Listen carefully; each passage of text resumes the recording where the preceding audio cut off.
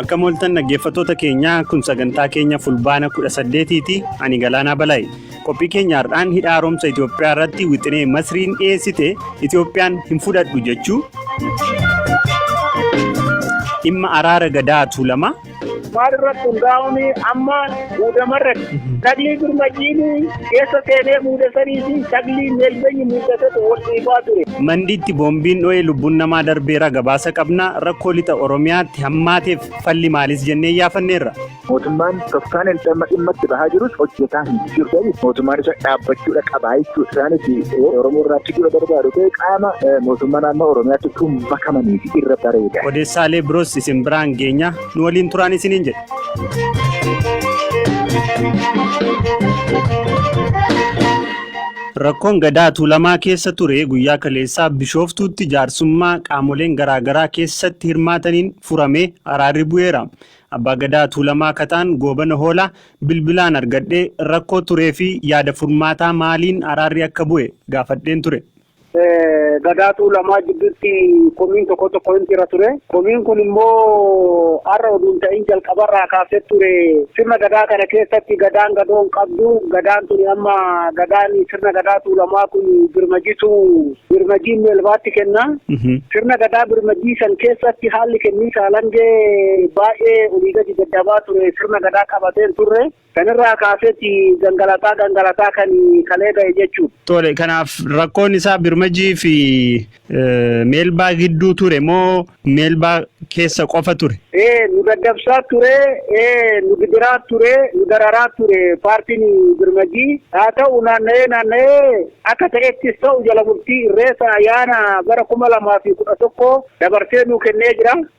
Amma immoo achuma keessatti immoo meelbenyi paartiin tokko bakka lamatti addaan qoodamee sirna gadaa kana dhiibaa ture beekta. Maalirratti hundaa'uudhaan rakkoon maal?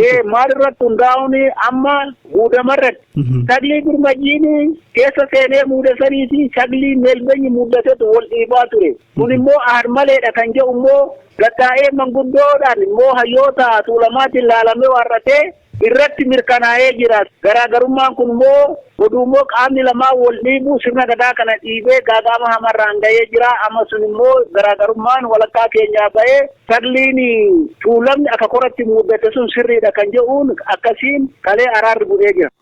Abbaan Gadaa duraanii Tuulamaa Bayyanaa Sanbatu sirna kanarratti akka argaman waamichi dhiyaatee fi akka turee fi rakkoo dhuunfaa isaan mudateen akka hin argamne nutti himaniiru.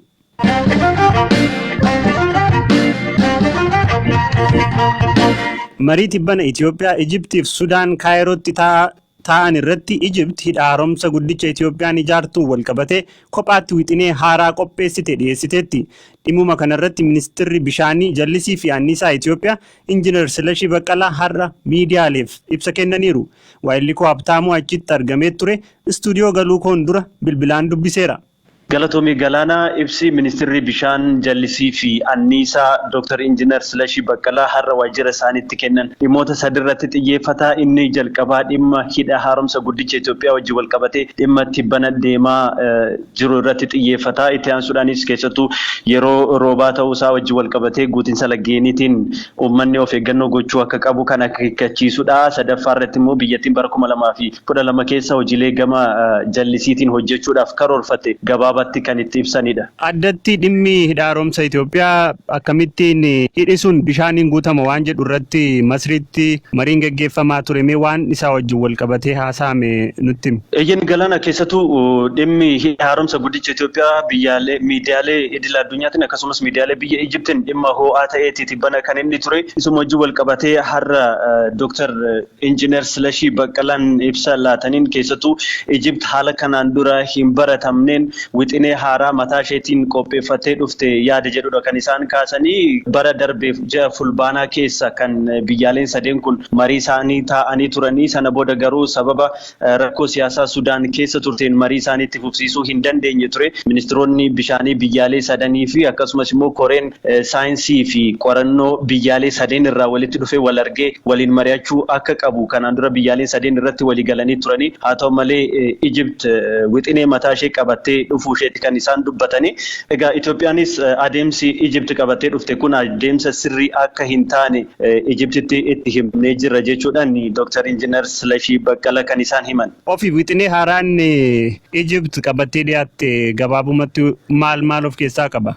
Dhimmi ijoo jedhamuu danda'u haala yaa'insa bishaan laga Abbayyaa kan ilaallatudha. Haaluma kanaan Ijipt hidhni haaromsa guddicha Itoophiyaa jechuudha. Osoo walirraa hin citin waggaa waggaan bishaan meetir kiiyubii biliyoona 40 ta'u akka gadi naaf lakkisu nan barbaada jechuudhaan gaafii dhiyeessiteetiin jirti. Jalqabarratti biyyi tokko wixinee mataasaa qofaatti fidatee dhufuu hin qabu. Kanaan alatti immoo dhimmoota kanaan dura eegallee osoo hin xumuriin hafne irratti mari'achuu qabna malee wixinee haaraa kanarratti waliin haasa'uun sirrii miti yaada dhiyeessineef jirra. Kanaan achitti immoo fedhiin misooma bishaanii Itoophiyaas gara fuulduraatti waan jiruufu dhimma kanarratti waliigaluu hin dandeenyu wixinee kana hin fudhannu jechuudhaan ejjennoo keenya ibsineerra jechuudhaan kan isaan dubbatanii. Dabalatan immoo Ijipt kuufamni bishaanii hidhashee Aswaan jedhamuudhaan beekamu meetira 165 irraa gadi akka hin buunes ni barbaaddi. Yaada kana fudhachuu hin dandeenye jedhaniiti kan isaan jiran. Nuyis Sudaanis wixinee yaada Ijipt kana morkachuu danda'u ni dhiyeessina ni qopheessina jechuudhaan kan isaan dubbatanii. Wixineen Itoophiyaan qopheessitus haala saayinsawaa kan bu'uureeffate akka ta'udha kan ministirichi dubbatan. Dhimma kanarratti ejjennoon Sudaan qabdu ibsamee jira? Ejjennoo Sudaan ilaalchisuudhaan qabxii kana jedhanii ministirichi dubbachuu baatanillee keessattuu yaa'insi bishaanii yookaan immoo hidhni haaromsa guddicha Itoophiyaa waggaa waggaadhaan osoo addaan hin citin bishaan meetir kiiyubii biliyoona 40 akka gadi nuu lakkisu barbaanna gaafiin jedhu kun Sudaan irrattillee dhiibbaa kan uumu akka ta'edha kan isaan dubbatanii. Egaa gara fuulduraatti wixinee biyyattiin dhiyeessitu ilaaluudhaan ejjennoon ishee sirriitti kan beekamu ta'a. Ayyaa Abtaamuu gabaasa nuun geesseef ulfaadha. Galatoomi Galaana. Biyyoonni lameen torban lamaan dhufan keessatti wixinee dhuunfaa isaanii dhiyeessanii sana booda mariin itti fufaa jedhamee eegama.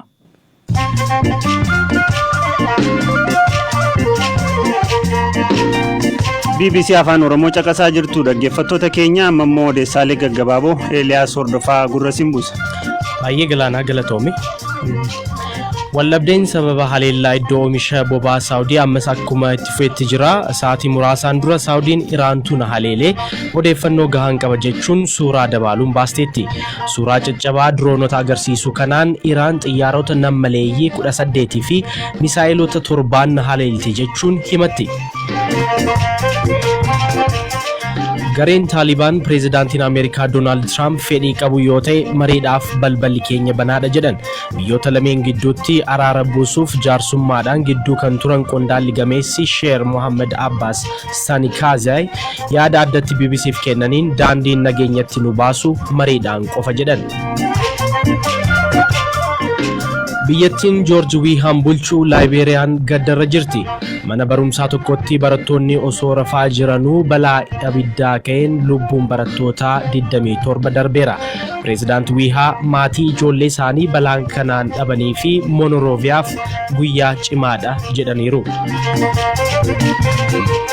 Somaaliyaatti hidhattoonni Alshabaab 17 sakatta'iinsa gaggeeffameen ajjeefamuu humni waraanaa biyyattii beekse.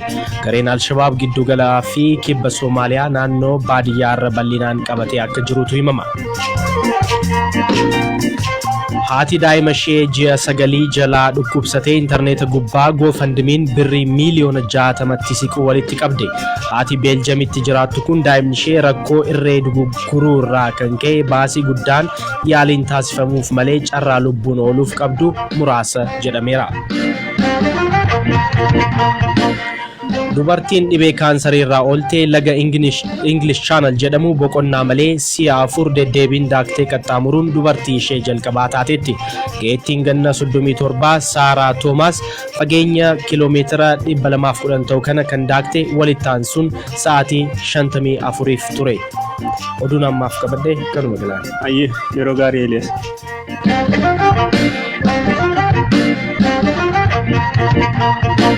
Godina Wallagga Lixaa magaalaa Mandiitti kaleessa ganama buufata waraanaa raayyaa ittisa biyyaa irratti boombii darbatameen lubbuun namaa darbeera. Qaamni gocha kana raawwate qoratamaa jiras jedhameera. Zalaalam Taaddasa. Boombii kaleessa magaalaa Mandiitti darbatameen lubbuun nama tokko darbeera. Itti gaafatamaan waajjira bulchiinsaa fi nageenyaa magaalaa Mandii obbo Alamuu Guddinaa namootni madaan jiraachuus BBC'tti himaniiru. Kaleessa naannoo sa'aatii afurii walakkaa ta'a. Tilmaama. Naannoo maqaan biyya olaanaadha. Karaa yaachuu kan yaadu namni tokko lubbuun darbee waan jedhamu jira. Mudaanii jedhama odeeffannoo qabnu ni ganaa qulqulleeffanne. Dho'iinsa boombii dhaqqabe kanarratti wanti ammatti baramee akka hin jirree fi qorachaa akka jiranis obbo Alamuun himaniiru. Daarektarri meedikaalaa hospitaala magaalaa Mandii Dooktar Addaam Oljirraa boombii kanaan kan miidhamee gara keenya dhufe nama 4dha jedhu. Namoota 3 jalqaba dhufanii ittaansee immoo dhumarratti namni kan achumatti lubbuun isaa darbe tokkos dhufeera. Madaan kan warra jiru suni madaa xixiqqaadha kan itti faca'aa boombii fakkaata. Kan isa du'e sanaas hin fakkaatan. Sirriima kan boombii fakkaata malee kan wanna meeshaa waraana kan biraa wajjin waliin fakkaatu. Hoogganaan waajjira kominikeeshinii magaalaa Mandii obbo Asfaa'u Qalbeessaas amma qorannoon gaggeeffamaa jiraatus to'annoo jala namootni oolan jiraachuu dubbataniiru. Dhimma kana namoonni ammaatti to'ataman tarii to'annaa sana qulqulleessaa jiru malee ammaatti kana jedhanii waan isaan adda baasan illee jiru. Tarii mucaan akka tasaa baajaajiin dhimma isaa achirra naannoo sana ture illee kan to'atamu jira. Namoonni hojii garaa garaa achirra deemaa turan illee kan to'ataman jiru. Garuu dubbiin isaa qulqullaa'aa jira ammaatti adda hin jira jechuudha. Ajjechaa torban darbe sanbataaf dilbata gidaamiif gullisootti dhaqqabe dabalatee balaan lubbuu namaa galaafatu lixa Oromiyaatti yoo dhaqqabu guyyoota muraasa keessatti kun yeroo sadaffaa fi uummatni yaaddoo guddaa keessa akka jirus guyyoota 3 darban gabaasaa turre. Falli rakkoo nageenya uummataa daranuu du'aaf saaxilaa jiru kanaa maal ta'aa jennee Profeesar Isqeel Gabbisaa gaafanneerra.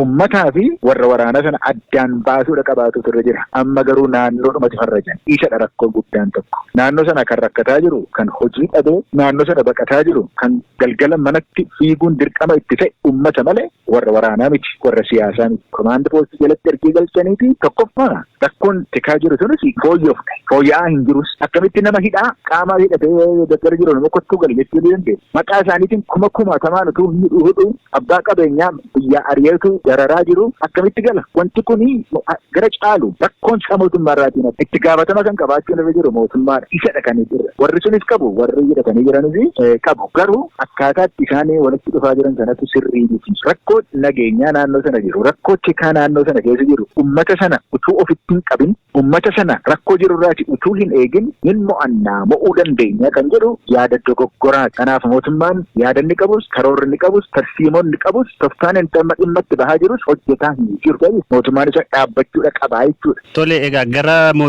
mootummaatiin rakkoo jiru kaastanii mootummaan maaltu godhee rakkoon kun furama waan jedhu naa tuttuqxaniittu gama saniinoo utuu maal ta'ee uummatichi nagaa argachuu danda'a. Gaaris taanaan akkuma aaboodhaa osoo walii galanitti poolisii Oromiyaatti makamanii qabsoo kanaan biratti turan itti fufuudha qabu jedhee yaada. Garuu yaadi kun yeroo akka hin taane godhan. Isatu bade malee isaanis galuudha qabu. Isaanis yoo Oromoodhaaf barbaadu ta'e Oromoorraa tiksuu barbaadu ta'e qaama mootummaa naannoo Oromiyaatti tun makamaniifi irra bareeda. Lammata immoo isaan hamtu darbanii kan miidhaa namarratti geessisan sun isa qaabuu qabu. Isaanis uummata ofii bilisa baasuudhaa deemtu hin miitu. Uummata sanatti hin baaftu. Isarraatii baafatanii naamusa qabaachuu irra jiru yoo jiraachuu irra jira jedhan. Amma dubbii siyaasaati gara lachii rakkina qabaa garuu gara caalu gara guddeessa kan gahee isaa hin baaf kan balleessaa jiru mootummaadha. Amma maa nama hidha naqamte keessaati maa nama hidha maa hakiimii hidha maa barsiisota hidha maa jallumaree namoota jallume qabbaree qabee jira fittashaa jedhanii maa saamu nama maa dararu mootummaan maaliif nama godhu akkas namni maal godhe nama hundumatu habaa'oodha. Tole yoo haalli amma jiru akkuma jirutti itti fufee maal tilmaamuun danda'ama waa'ee hegeree naannoo sana. Namni har'as hidhamaa jira, namni har'as ajjeefamaadha jira. Kana caalaa wanti gahu hin jiru. Du'a namaa caalaa wanti gahu hin jiru. Wanni inni gochuu danda'u mootummaadhaafis uummata naannoo sanaafis uummata Oromootii fi amagaajii kan ta'e humna haaraatu jira. Humna haaraa sanaatiif yoo wanti kun itti fufu humna haaraa alagaadha ta'e kanaafis carraa kenna karaa bana malee kana caalaa maaltu gahu amma jechuudha. Uummanni waan beela'uutti deemaa jira. Ammayyuu waan nyaatu hin qabu, hojii hin qabu, dinagdee hin qabu, mana hin qabu, nagaan bahee galuu hin danda'u. Abbaa fedhetu ajjeefama. Kana caalaa miidhamuu hin danda'u. Falli rakkoo nageenyaa lixa Oromiyaa maalii ka jedhu irratti fuula durattis marii itti fufna. Qophiin har'aaf jenne garuu asuma irratti xumuramaa waan nu hordoftaniif hedduu isin galateeffanna. Horaa bulaa deebana.